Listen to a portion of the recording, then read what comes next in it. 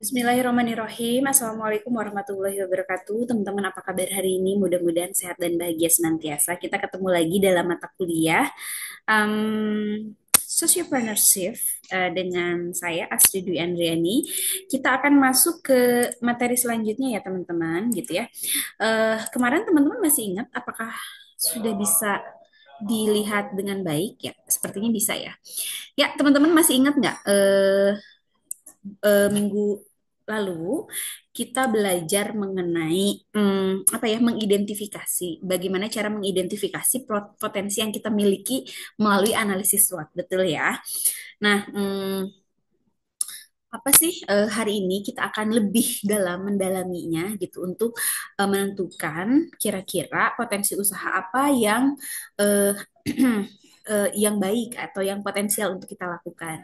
Sebelumnya saya udah pernah ngobrol sama Kang Asep Deden gitu ya, bahwa Kang Asep Deden cukup kesulitan untuk melakukan digital campaign atau marketing secara digital gitu ya, karena beliau sudah pernah punya pengalaman usaha sebelumnya gitu ya, yang terkendala mengenai digital campaign ini atau kampanye digital atau pemasaran digital. Nah, inilah saatnya gitu ya.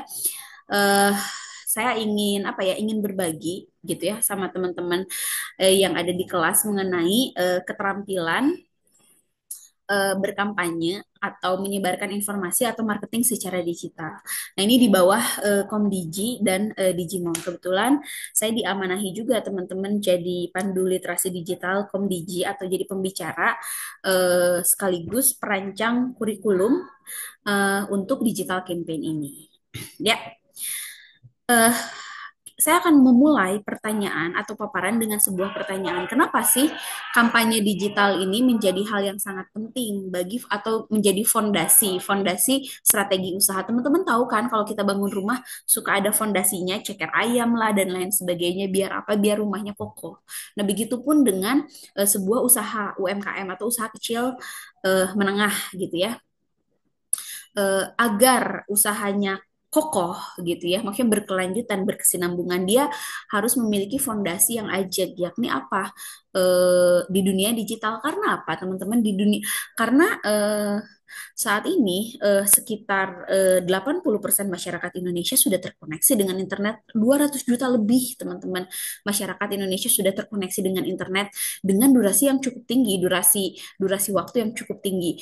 7 sampai dengan 8,5 jam per hari generasi Z menggunakan internet, hingga pada akhirnya internet ini menjadi dunia nyata kedua setelah dunia yang sebenarnya gitu. Karena coba aja deh teman-teman, apa sih, jujur gitu, bangun tidurku terus apa, pasti kan nggak langsung mandi atau gosok gigi atau apa, baca doa seperti di lagu-lagu, pasti langsung lihat handphone kan, berapa notifikasi yang teman-teman dapatkan selama tidur kemarin gitu.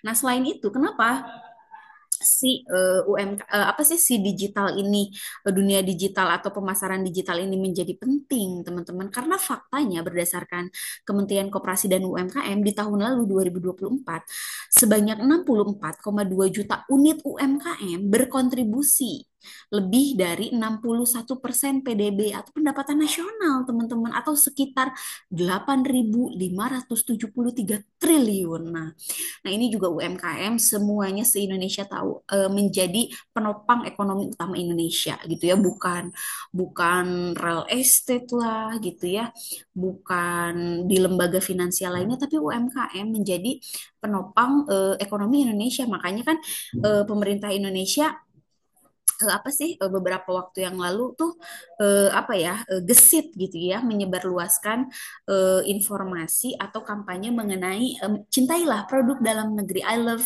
Indonesia product gitu ya. Nah, itu untuk menopang UMKM gitu, biar masyarakatnya cinta sama produknya, mengkonsumsi, membeli, hingga pada akhirnya kan perputaran uangnya di situ-situ juga. Kemudian fakta yang kedua adalah UMKM ini menyerap lebih dari 117 juta pekerja atau 97% dari tenaga kerja yang ada. Sisa 3 persennya di sektor yang lain. Tapi 97%-nya eh, adalah ini pelaku UMKM, teman-teman. Oke, selanjutnya yang ketiga adalah menghimpun lebih dari 60% total investasi di semester 1 tahun 2021. Wah, begitu luar biasanya ya. Maksudnya peran UMKM ini sendiri gitu. Lalu jika dibenturkan dengan era digital, apa yang terjadi di UMKM ini? Nah, ada tantangan, peluang dan tren terkini mengenai UMKM di Indonesia. Yang pertama adalah tantangannya ya literasi digital masih rendah gitu ya. Maksudnya Indonesia itu ada di 3,49 kalau nggak salah dari skala 1 sampai 5 gitu ya. Indeks literasi digital Indonesia gitu ya. Artinya apa? Artinya kita masih terpengaruh sama hate speech, sama hoax gitu ya. Masih banyak juga yang terjerat phishing. Phishing itu pencurian data pribadi yang merugikan pengguna. Ada cybercrime atau kejahatan di dunia digital di mana-mana. Nah, yang bisa menghalaunya apa? Literasi digital. Nah, literasi digital ini juga masih sangat diupayakan oleh Komdiji melalui berbagai seminar, kursus, dan lain sebagainya. Yang kedua tantangannya atau keterbatasan tantangannya adalah modal. Kemudian kapasitas atau keterampilan SDM dan persaingan harga. Kita tahu banget kualitas Indonesia, misalkan barang Indonesia digemborin gitu ya sama barang-barang Cina yang murah. Nah, ini juga persaingan harga menjadi salah satu tantangan karena kan sekarang masyarakat ekonomi ASEAN ya Mea gitu ya, di mana dari luar negeri bisa datang ke kita, dari kita bisa datang ke luar negeri hingga pada akhirnya menjadi tantangan tersendiri gitu ya bagi UMKM dalam negeri dihantamkan dengan produk-produk yang murah dari Cina, dari Vietnam atau dari Thailand. Tapi di luar daripada itu peluangnya adalah yang jadi kabar baiknya adalah penetrasi internet juga cukup tinggi. Jadi masyarakat di kota dan di desa bisa menikmati internet dengan kualitas yang sama. Hampir 78% penduduk Indonesia sudah menggunakan internet. Apalagi sekarang wah kris, kris ini juga QR risk ya QR jadi salah satu transaksi yang pada akhirnya ditakutin sama Amerika gitu karena sangat luar biasa gitu ya, sangat luar biasa. Kris ini kan buatan dalam negeri gitu ya, sangat mudah digunakan. Kalau dulu kan kita mungkin bertransaksi pakai apa ya? Pakai Visa gitu ya, yang kartu kartu itu gitu. Itu kan punyanya Amerika. Nah, sekarang kita punya produk dalam negeri dan populer. Nah, ini Amerika juga kocar-kacir. Dan kemudian trennya adalah social commerce. Nah, contohnya TikTok Shop gitu ya. Jadi UMKM kita sangat dimudahkan pemasaran melalui media sosial, melalui TikTok Shop, Instagram Reels gitu ya. Dan mungkin marketplace atau loka pasar seperti Shopee, Tokopedia gitu ya, Bukalapak dan lain sebagainya. Dan pembayaran digitalnya juga cukup mudah ya. Kemudian ada juga kolaborasi influencer lokal. Nah, influencer ini juga pada akhirnya teman-teman jadi apa ya? Jadi pekerjaan yang baru gitu. Saya juga kaget. Kalau 5 tahun yang lalu saya suka nanya ke mahasiswa Vkom, kalian goalsnya pengen apa sih kalau lulusan dari Vkom? Oh, dengan bangganya mereka pengen jadi presenter bu, pengen jadi apa? Fotografer, pengen jadi editor. Nah, kalau sekarang sudah bergeser gitu. Mereka dengan anak-anak zaman sekarang yang setahun 2 tahun maba yang kemarin saya nanya, kalian pengen jadi apa dengan bangganya mereka? Pengen jadi influencer, pengen jadi YouTuber. Wah, luar biasa gitu ya. Apakah salah? No gitu.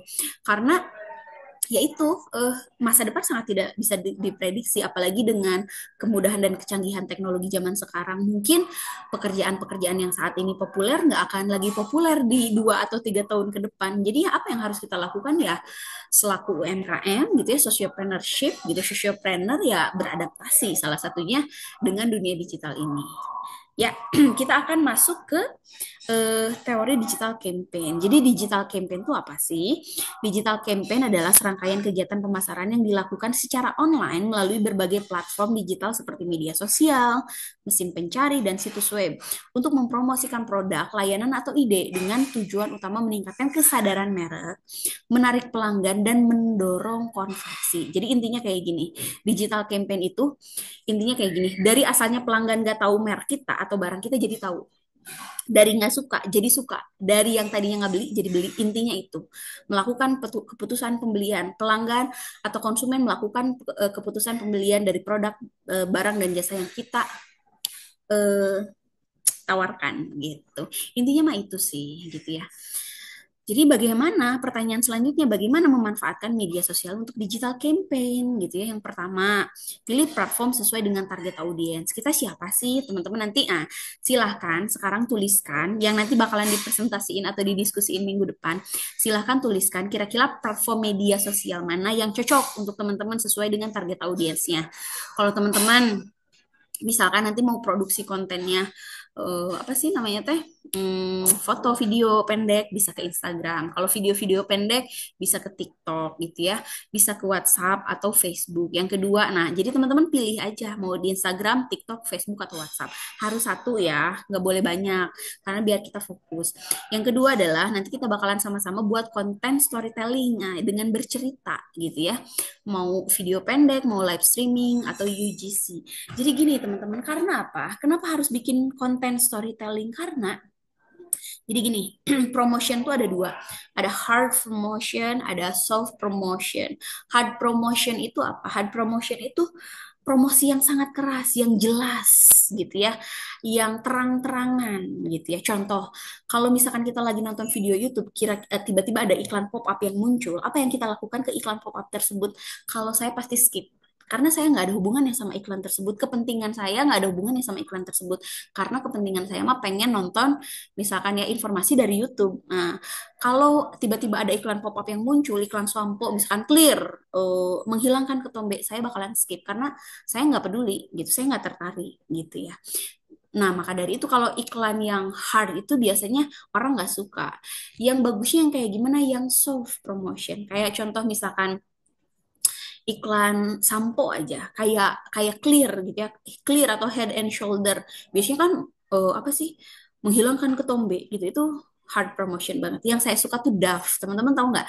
Yang simbolnya burung, ya Dove kan, Dove tuh burung merpati ya kalau nggak salah. Jadi gini, iklannya tuh setiap perempuan itu cantik, bagaimanapun bentuk rambutnya. Udah aja, udah gitu dong, dia nggak promosi rambut apa sih, samponya wangi apa, fungsinya apa. Di belakangnya aja apa sih, logo logo perusahaannya, udah aja. Nah, gitu. Nah, nanti yang akan diajarkan di digital campaign di media sosial, kita akan belajar ini konten pilar, teman-teman. Kalau kita bikin rumah kan harus ada pilar. Di pilar tuh apa? Penyangga biar rumahnya kokoh gitu ya. Kita akan menciptakan sebuah kondisi agar follower kita tuh kecanduan sama konten-konten kita walaupun kita promosi tanpa di skip. Caranya dengan apa? Konten pilar. Konten pilar tuh ada beberapa, ada education, ada entertainment, ada promotion, ada engagement. Jadi teman-teman kalau kita mau jualan di media sosial gitu ya, sebaiknya kalau di media sosial bukan jualan sih, jualannya di loka pasar, di marketplace, misalkan di Shopee. Tapi di media sosial itu personal branding atau digital campaign-nya. Dengan cara apa? Dengan cara konten pilar. Jadi kalau misalkan kita posting, kita jangan langsung promosi dulu, jangan. Bikin apa ya, bikin si audiens seneng dulu sama kita. Si audiens ngapain sih ke media sosial? Biasanya teman-teman ada dua. Yang satu cari hiburan, yang kedua tuh cari informasi atau edukasi. Nah, kita sentuh dulu kebutuhan mereka dengan cara satu, misalkan postingan hari pertama atau postingan yang pertama bikin konten edukasi. Dua, bikin konten entertainment, misalkan meme atau apa sih video-video lucu. Yang ketiga, bikin konten yang engagement. Yang engagement tuh yang menarik interaksi dengan audiens, misalkan tanya jawab, polling dan lain sebagainya. Yang ketiga baru promotion. Promotionnya sendiri juga harus promotion yang soft ya gitu. Nah, terus balik lagi ke konten yang pertama, education lagi, kemudian entertainment lagi, engagement lagi, promotion lagi, ayo terus aja gitu hingga pada akhirnya si audiens tuh kecanduan sama apa sih konten-konten kita, hingga pada akhirnya dia jadi apa ya, follower apa ya, follower loyal kita, hingga pada akhirnya membeli barang dan jasa kita gitu. Kalau mereka sudah ada minat beli, arahkan ke WhatsApp misalkan biar transaksi langsung atau ke loka pasar. Loka pasar tuh marketplace kayak Shopee gitu ya. Uh, kemudian Kemudian harus mulai dari mana gitu ya proses digital campaign. Nah, yang kemarin sudah diceritakan adalah kenali dirimu lebih dalam. Nah, apa sih berdasarkan ini ya, teman-teman, analisis SWOT gitu ya. Yang pertama, teman-teman bisa kenali kekuatan atau strength-nya dari dalam. Kira-kira sifat teman-teman tuh apa sih gitu ya untuk bisa apa? Untuk bisa mencapai membantu dalam mencapai tujuan. Itu secara internal. Kemudian kelemahannya apa sih teman-teman yang bisa menghambat kita mencapai tujuan gitu ya secara internal. Begitupun dengan peluang dan ancamannya yang kemarin udah dijelasin ya gitu ya. Itu dari eksternal. Kalau opportunity dan threat, peluang dan ancaman itu dari eksternal. Eksternal di luar diri kita ya. Kalau strength dan weakness itu dari dalam diri kita. Nah, tapi kadang kita kan bingung ya gitu ya gimana caranya sih gitu ya apa sih bikin analisis SWOT ini gitu kita akan belajar pada ini nih apa ya namanya teh studi kasus. Nah, studi kasus tuh contoh gitu ya. Kisah Rani ini fiktif sih. Kisah Rani 27 tahun. Namanya Rani, karyawan kantoran di Bandung yang hobi membuat kue kering. Dia mempunyai mimpi ingin masyarakat mengkonsumsi kue tanpa gluten dan bebas gula. Rani ingin berhenti bekerja dan membuka bisnis kue kering premium untuk pasar online. Oke, udah ada keywordnya ya. Dia pengen bikin kue tanpa gluten gitu ya. Kue keringnya premium berarti segmentasi pasarnya menengah gitu ya, menengah ke atas dengan sasaran online. Produknya cemilan sehat, kue kering dengan merek Organo dengan market menengah ke atas. Oke, okay? Let's practice. Nah, jadi teman-teman, nah ini boleh di screenshot, screenshot aja screenshot gitu ya, screenshot, kemudian nanti tulis sendiri. Nah, jadi ikuti langkah-langkah berikut. Satu, nah teman-teman silahkan tuliskan tentang diri kalian. Kalian tuh siapa sih? Tulis ya. Kemudian minat kalian apa dan latar belakang dan visi kamu ke depan apa? Contoh, saya adalah Asri Dwi Andriani, saya adalah dosen yang ingin memiliki penghasilan tambahan gitu. Minat saya adalah misalkan ya apa tuh ya minat saya? Minat saya adalah saya suka pada busana muslim syar'i gitu ya. Ke depan saya ingin masyarakat Cianjur memiliki gitu ya busana muslim syar'i tapi dengan harga yang terjangkau, misalkan kayak gitu.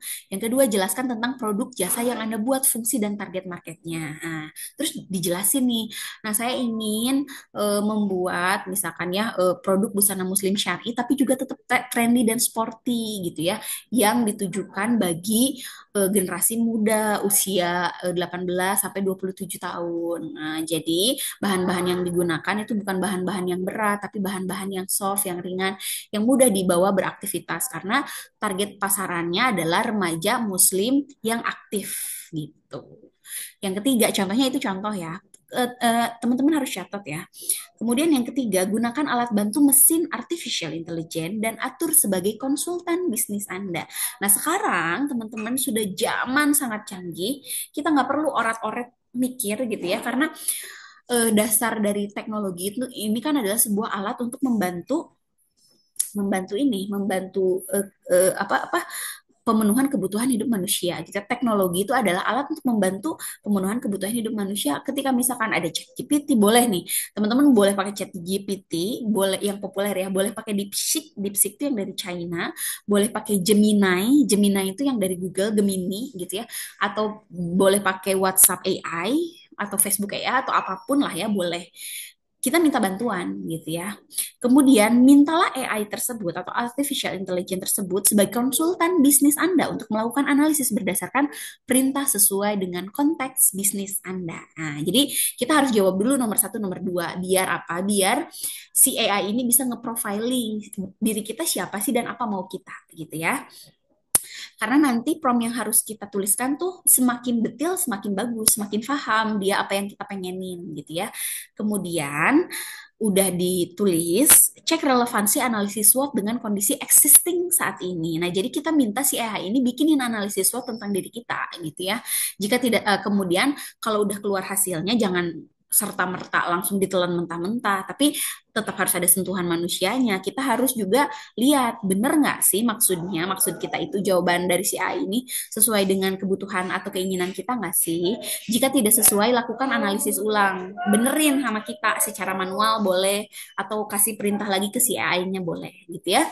Kemudian pada kertas terpisah, catat analisis SWOT yang telah diberikan oleh konsultan bisnis AI Anda. Nih, contohnya gini, teman-teman ya. Boleh di screenshot juga. Promnya gini untuk analisis SWOT.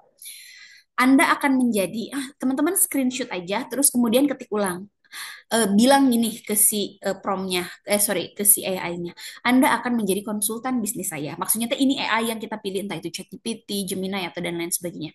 Berikut sekilas tentang bisnis saya. Nama, Astrid Dwi Andriani. Misalkan ya, sesuai dengan ini, sesuai dengan apa identitas kita. Tapi kalau di sini contohnya, Rani, 27 tahun, karyawan kantoran di Bandung yang hobi membuat kue kering, mempunyai mimpi ingin masyarakat mengkonsumsi kue tanpa gluten dan bebas gula. Rani ingin berhenti bekerja dan membuka bisnis kue kering premium untuk pasar online. Nah, titik. Nah, kemudian produknya teman-teman tulisin yang nomor dua tadi ya. Kan kalau profilannya nomor satu. Kalau produknya nomor dua, cemilan sehat, kue kering merek Organo dengan market menengah ke atas di kota-kota besar di Indonesia. Anda akan membantu saya untuk melakukan analisis SWOT terhadap bisnis saya berdasarkan data di atas. Udah, klik, sorry, enter, udah aja ya. Ketika enter, nah ini yang akan si ChatGPT atau Gemini atau DeepSeek lakukan. Nah, nanti teman-teman juga apa ya, ini sendiri gitu ya, punya hasil sendiri. Nah, ini hasilnya kemudian diketik, saya mau diketik boleh, ditulis boleh, tapi harus diginiin ya, dibagi jadi satu kertas APS, dibagi jadi 4 kuadran besar atau 4 kotak besar. Isinya yang pertama harus ada kekuatan teman-teman dari dalam, kelemahan teman-teman dari dalam, kemudian tantangan teman-teman dari luar, dan ancaman. Sorry, kesempatan dan ancaman. Nah, kalau dari sini, dari analisis SWOT-nya ada nih, oh ternyata keunikan USP-nya, unique selling proposition-nya, bahwa produk tanpa gluten dan bebas gula masih jarang di pasaran. Ini jadi keunikan atau jadi kekuatan. Kemudian target pasarnya premium, fokus pada konsumen menengah ke atas. Jadi udah sangat clear. Kemudian kelebihan branding personalnya, misalkan cerita founder, misalkan ya anak muda, hobi baking, ingin menghadirkan cemilan sehat dan lain sebagainya. Dan fleksibilitas kontribusi, produk kue kering mudah dikemas dan jarang basi, misalkan itu yang jadi kekuatan kita. Kemudian kita bergeser, apa sih yang menjadi kelemahan kita? Modal awal terbatas, misalnya. Kemudian awareness pasar teh kesadaran pasar terhadap merek kita, kan mereka belum tahu dong, gitu ya. Kapasitas produksi, harga premium pasti mahal dong, gitu ya. Kemudian kapasitas produksi, karena si Rani ini baru memulai, bisa jadi dia belum punya karyawan lah, gitu ya, dan ketergantungan founder. Nah, kadang untuk memulai usaha si founder ini bisa multitasking, gitu ya, bisa jadi dia jadi yang nge-baking dia, yang ngemas dia, yang promosi dia, yang nganterin ke dia, yang jadi customer service dia, gitu ya. Kemudian O-nya apa? Opportunity-nya, tren gaya hidup sehat. Masyarakat sekarang udah pada aware kok sama tren gaya hidup sehat, makanya untuk nyemil juga ini jadi kesempatan yang bagus gitu ya. Kemudian digital market expansion gitu ya, penjualan online kan kita bisa menembus ruang dan waktu gitu ya. Maksudnya walaupun di Cianjur kita bisa jualan ke Makassar, ke Kalimantan dan lain sebagainya. Produknya bervariasi dan support ekonomi kreatif. Nah, tapi ancamannya kompetisi, tentu saja ada kompetitor pasti yang sudah stabil dibanding kita. Kemudian edukasi pasar lambat, misalkan, wah orang tuh belum pada ngeh sama kue yang sehat, misalkan regulasi dan sertifikasi, misalkan BPOM dan halal gitu ya, PIRT dan lain sebagainya, harga bahan baku, tentu saja yang kan yang nggak pakai gluten gitu, kira-kira pasti bahan bakunya juga tinggi. Tren cepat berubah. Nah, itulah yang saya minta ini ya, teman-teman. Jadi nanti akan kita bahas, teman-teman presentasikan masing-masing minggu depan analisis SWOT. Kemudian, selain itu, lanjutkan, teman-teman, tugas yang kedua. Lanjutkan untuk rekomendasi strategi bisnis SO, WO, ST, sama WT. Nah, jadi teman-teman analisis SWOT ini tuh bisa dipecah lagi gitu ya, menggunakan SO itu maksudnya strength dan opportunity untuk melejitkan potensi kita. WO itu weakness dan opportunity untuk apa sih? Untuk menghalau kelemahan kita dan dengan cara meningkatkan peluang kita, ST dan WT. Coba kita lihat ya. Nah, teman-teman kasih promnya gini aja. Lanjutkan analisis menggunakan pendekatan rekomendasi strategi bisnis SO, WO, ST, dan WT gitu ya. Artinya apa? Nah, nanti si ChatGPT atau si Gemini bakalan ngasih ini, teman-teman. Rekomendasi strategi bisnis SO, WO, ST, dan WT. Nah, SO ini apa? Artinya SO ini adalah gabungan dari strength dan opportunity atau gabungan dari kekuatan kita menggunakan kekuatan internal untuk memanfaatkan peluang pasar. Caranya gimana? Oh, yang harus kita lakukan adalah storytelling dan edukasi. Nah, caranya memanfaatkan personal branding, misalkan cerita founder, yang peduli gaya hidup sehat untuk mengedukasi audiens lewat konten Instagram. Nah, contohnya gitu. Nanti dia bakal ngerekomendasiin lagi premium online distribution, kolaborasi komunitas sehat, dan seasonal produk launch. Jadi di launching. Nah, strategi yang kedua adalah SO. SO itu apa? Mengatasi kelemahan internal dengan memanfaatkan peluang eksternal. Nah, ini dia apa? Poin-poinnya edukasi pasar lewat konten, bisnis inkubator, dan lain sebagainya.